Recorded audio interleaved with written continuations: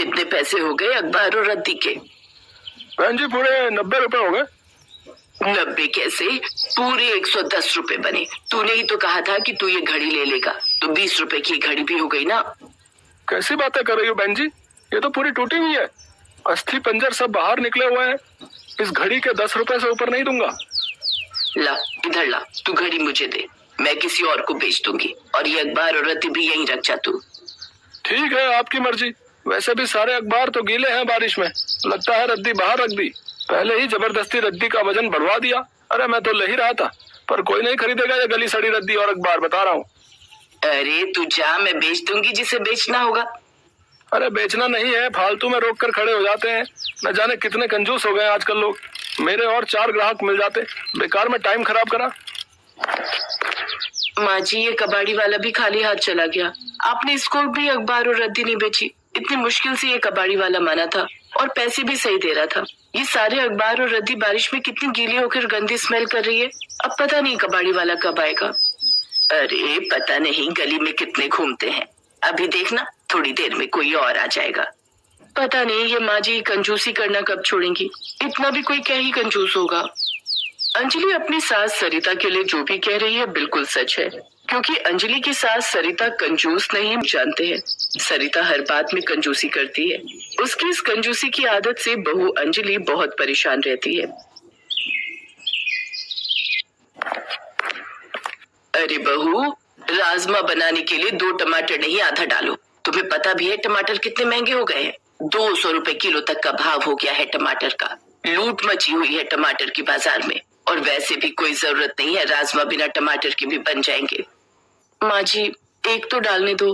मसाले में प्याज के साथ टमाटर नहीं डालूंगी तो घर में कोई भी नहीं खाएगा। आपको पता है सुमित को अगर राजमा चटपटे टमाटर वाले खट्टे खट्टे ना मिले तो सुमित राजमा बिल्कुल भी नहीं खाते। आप एक दे दो मुझे अभी के लिए। अच्छा रुक देती हूँ। सरिता सारे टमाटर उठा उठा कर देखती है, और उनमें से एक सबसे छोटा टमाटर जो थोड़ा गला हुआ भी था वो अपनी बहू के हाथ में देती है। ये लो बहू, ये डाल दो, इतना बहुत रहेगा। माँ जी इसमें से आधा टमाटर तो गला हुआ है, भला कितना ही सब्जी में डालेगा। पागल हो गई हो क्या, ये गला हुआ नहीं है, ये तो टमाटर का रस है। देखो कितना बढ़िया टमाटर है। ये पूरा टमाटर डालो सब्जी में, और हाँ 5 टमाटर गिन कर रख रही हूँ, इनमें से एक भी कम नहीं होना चाहिए। कम से कम 1 हफ्ता चलेंगे ये टमाटर।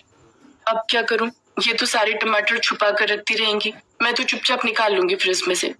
अरे बिना टमाटर के भला राजमा क्या ही स्वाद बनेंगे। माँ जी आप ये टमाटर कहाँ ले जा रहे हो?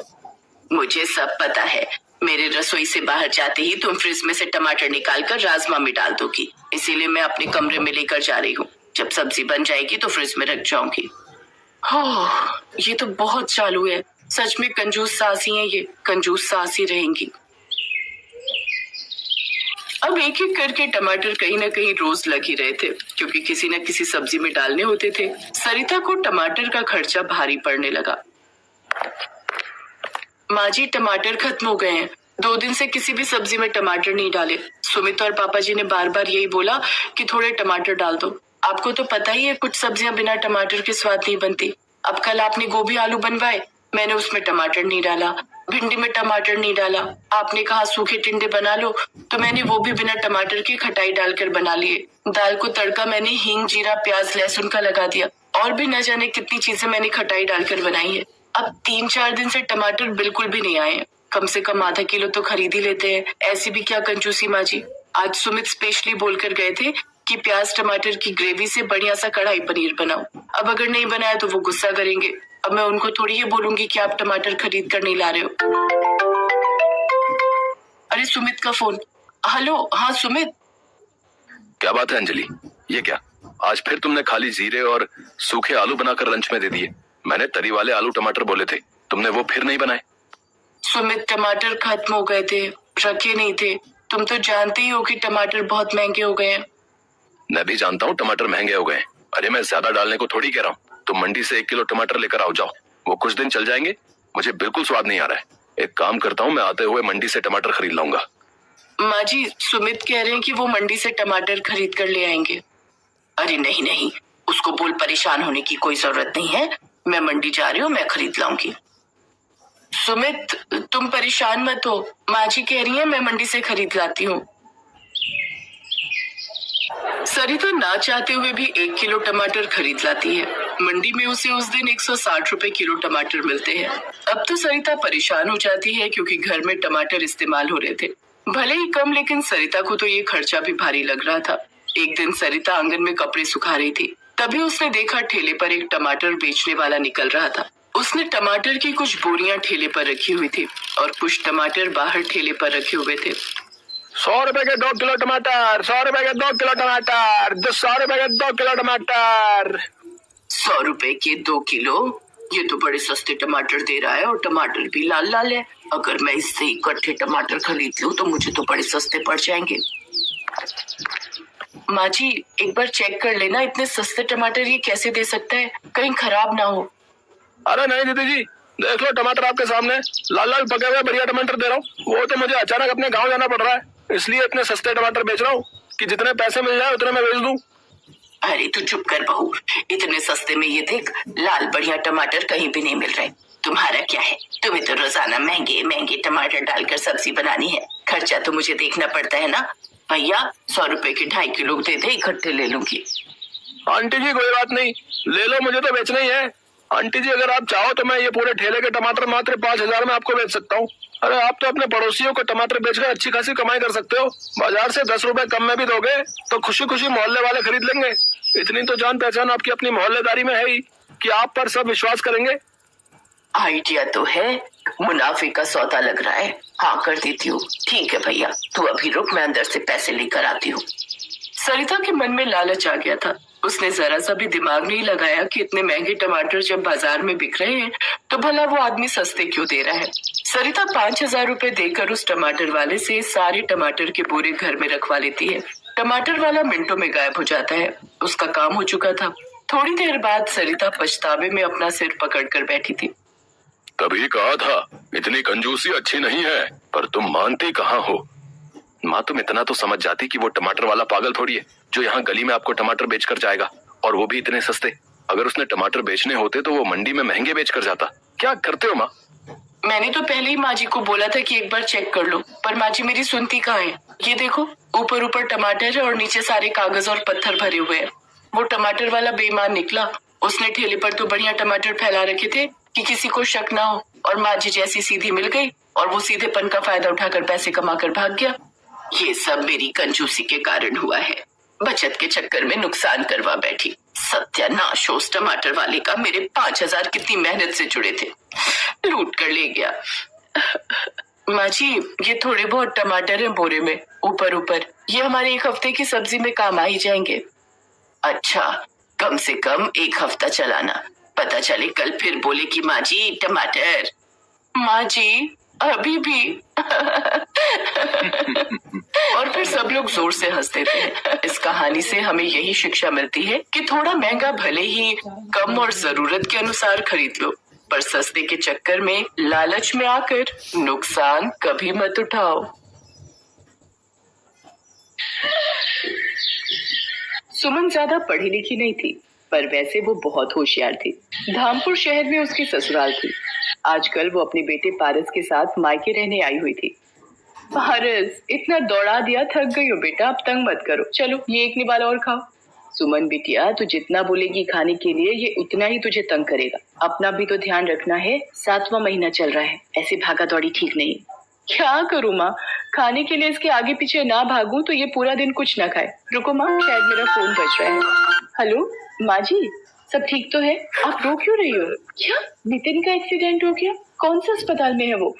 मैं पहुंच रही हूँ। सुमन के पति नितिन का रोड एक्सीडेंट हो जाता है। सुमन अस्पताल पहुंचती है। सुमन बहू, डॉक्टर ने कहा है कि नितिन के पैरों में गहरे जख्म आए हैं। डॉक्टर, कुछ तो इलाज होगा। देखिए, अभी कुछ नहीं कहा जा सकता। इनके घुटनों के हिस्से में ज्यादा दबाव पड़ा है। माँ, मैं और मीना जरा घर जा रहे हैं। बंटी घर पर अकेला है। सुनो जी, ये तुम्हारा भाई तो अपाहिज हो गया है। अब हमारी छाती पर क्या ये सारी जिंदगी बैठकर मूंग दलेंगे? ऊपर से उसके 2 बच्चे, एक साथ में है और एक पैदा होने वाला है। अब तुम मैं रोटियां तोड़ेंगे? अरे मीना, तुम देखती जाओ, इन्हें घर तो आने दो। मैंने सारा किस्सा ही खत्म कर देना है। तुम मुझे इतना बेवकूफ मत समझो। मैंने सब सोच लिया है कि मुझे करना क्या है। हाँ, सुमन और उसकी सास नितिन को घर लेकर आते हैं। अगले दिन माँ, मुझे नहीं लगता कि अब नितिन कोई काम कर पाएगा या कभी चल पाएगा। देखो ना, मेरा भी अपना परिवार है, मेरे भी अपने बच्चे हैं, है ना। मैं कब तक इसके परिवार को भी पालता रहूंगा। सुरेश, तू कहना क्या चाहता है? साफ साफ बोल। मैंने सोच लिया है, अब हम दोनों भाइयों को अलग अलग हो जाना चाहिए। हम दोनों भाइयों का कोई अपना मकान या अपनी दुकान तो है नहीं, किराए के घर में रहते हैं और किराए की ही दुकान है। मैं कब तक किराया भी भरूं और सबकी रोटी का भी इंतजाम करूं। नितिन, तू अब सुमन और अपने बच्चों के साथ दूसरे घर में रहने का इंतजाम कर ले। सुरेश, तुझे जरा सी भी शर्म नहीं आती? अपने छोटे भाई की मजबूरी का फायदा उठा रहा है। आज उसे जिंदगी ने अपाहिज बना दिया है तो तू उसको हर तरफ से लाचार बना रहा है। माँ जी, आप ये गनीमत समझो कि हम आपको यहाँ से नहीं निकाल रहे हैं, वरना फिर आप जानती हैं। अरे तू क्या मुझे निकालेगी? मैं ही अपने बच्चों के साथ यहाँ से चली जाऊंगी। सुरेश, तू बड़े भाई के नाम पर कलंक है। अगले दिन सुमन सबके साथ अपनी माँ के घर आ जाती है। तू चिंता मत कर, तू अब मेरे साथ यहीं रह मेरे पास। नहीं माँ, मैं तुम पर अपने परिवार का बोझ नहीं डाल सकती। तुम भैया भाभी के साथ रहती हो, मैं नहीं चाहती मेरी वजह से मेरे मायके में कोई परेशानी हो। माँ, तुम यही पास में ही कोई किराए का घर दिलवा दो, मैं वहीं रह लूंगी। मेरी बच्ची, तुझे कितने दुख झेलने पड़ रहे हैं, पर भगवान पर भरोसा रख, वो सब ठीक करेंगे। सुमन 1200 रुपए महीने का एक किराए का कमरा ले लेती है। अब उसकी सबसे बड़ी दुविधा ये थी कि आखिर वो अपने परिवार की आजीविका चलाने के लिए पैसे कहाँ से लाए। एक दिन माँ जी, पारस माँ के साथ वृंदावन दर्शनों के लिए चला गया है। घर कितना सूना सूना सा लग रहा है। हाँ बहू, वो होता है तो पूरा घर उसके शोर से गूंजता रहता है। माँ जी, नितिन की 2 कमीजें दर्जी को ठीक करने के लिए दी थी, मैं लेकर आती हूँ। सुमन बाजार चली जाती है। रास्ते में वो सोच में डूबी थी, क्या करूं? मुझे कमाई का कोई जरिया तो ढूंढना ही होगा। मुझे कहीं नौकरी भी तो नहीं मिलेगी।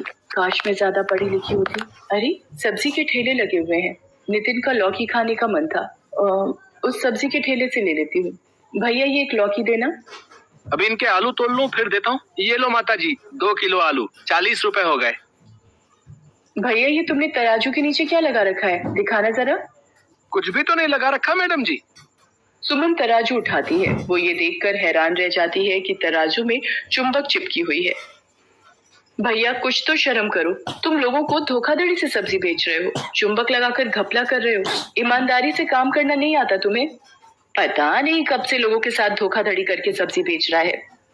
सुमन को बोलता देखकर लोगों की भीड़ लग जाती है। तभी वहाँ एक आदमी आता है जिसे देखकर उस जगह पर खड़े सारे ठेले वाले उसे झुककर नमस्ते करते हैं। क्यों, क्या हुआ? यहाँ इतना शोर के साथ तेरे ठेले पर? ये सब्जी वाला लोगों को ठगता है, अपने तराजू में चुंबक लगाकर लोगों से धोखाधड़ी करके अपनी सब्जी बेचता है। मेरी इतनी हिम्मत हरिया कि तुम मेरे इलाके में सब्जी का ठेला लगाता है और धोखाधड़ी करता है। मैं चाहूँ तो अभी तुझे यहाँ से हटा सकता हूँ। माफ कर दो सज्जन सेठ, आज के बाद कोई बेईमानी नहीं करूंगा। शराफत से सब्जी बेचूंगा। मेरे छोटे छोटे 4 बच्चे हैं, अगर मेरा कमाई का जरिया छिन गया तो वो भूखे मर जाएंगे। हाँ, रहने दीजिए भाई साहब, इसे अपनी गलती का एहसास हो गया है। मैं जानती हूँ परिवार की परेशानियों का दर्द क्या होता है। बात करते करते सुमन की आंखें भर आती हैं। तभी चिंता से उसके दर्द शुरू हो जाता है। वहाँ आसपास में भीड़ लग जाती है। अरे, इन बहन जी की तबीयत खराब हो रही है, लगता है इन्हें अस्पताल ले जाना पड़ेगा। सुमन की अचानक शायद चिंता और परेशानी से दर्द शुरू हो जाता है। सज्जन सेठ कुछ लोगों की मदद से सुमन को अस्पताल ले जाता है। सुमन रास्ते में ही अपने घर का पता सज्जन सेठ को बता देती है। सज्जन सेठ उसकी सास को अस्पताल बुला लेता है। सुमन को एक बेटी पैदा होती है। वही सज्जन सेठ को पता चलता है कि सुमन का पति नितिन अपाहिज है और वो बहुत ही दुखों से गुजर रही है। सज्जन सेठ, आज आपने बड़े भाई की तरह मेरी मदद की है, मैं आपका एहसान कभी नहीं भूलूंगी। इसमें एहसान की कोई बात नहीं है बहन, तुम मेरी अपनी बहन जैसी हो। सुमन घर आ जाती है। कुछ दिनों बाद सज्जन सेठ उसके घर आता है। सुमन बहन, तुम मुझे काम के लिए बोल रही थी? मेरे पास सब्जी की बहुत सी दुकानें हैं, पर संभालने वाला कोई नहीं। मैं चाहता हूँ मेरी मंडी में जितनी भी सब्जी की दुकानें हैं उनका हिसाब और देखरेख अब से तुम रखो। मैं जानता हूँ तुम्हारी जगह ये काम और कोई ईमानदारी से नहीं कर सकता। माँ जी, नितिन देखो, भगवान ने सज्जन सेठ के रूप में एक भाई देकर हमारी कितनी मदद कर दी।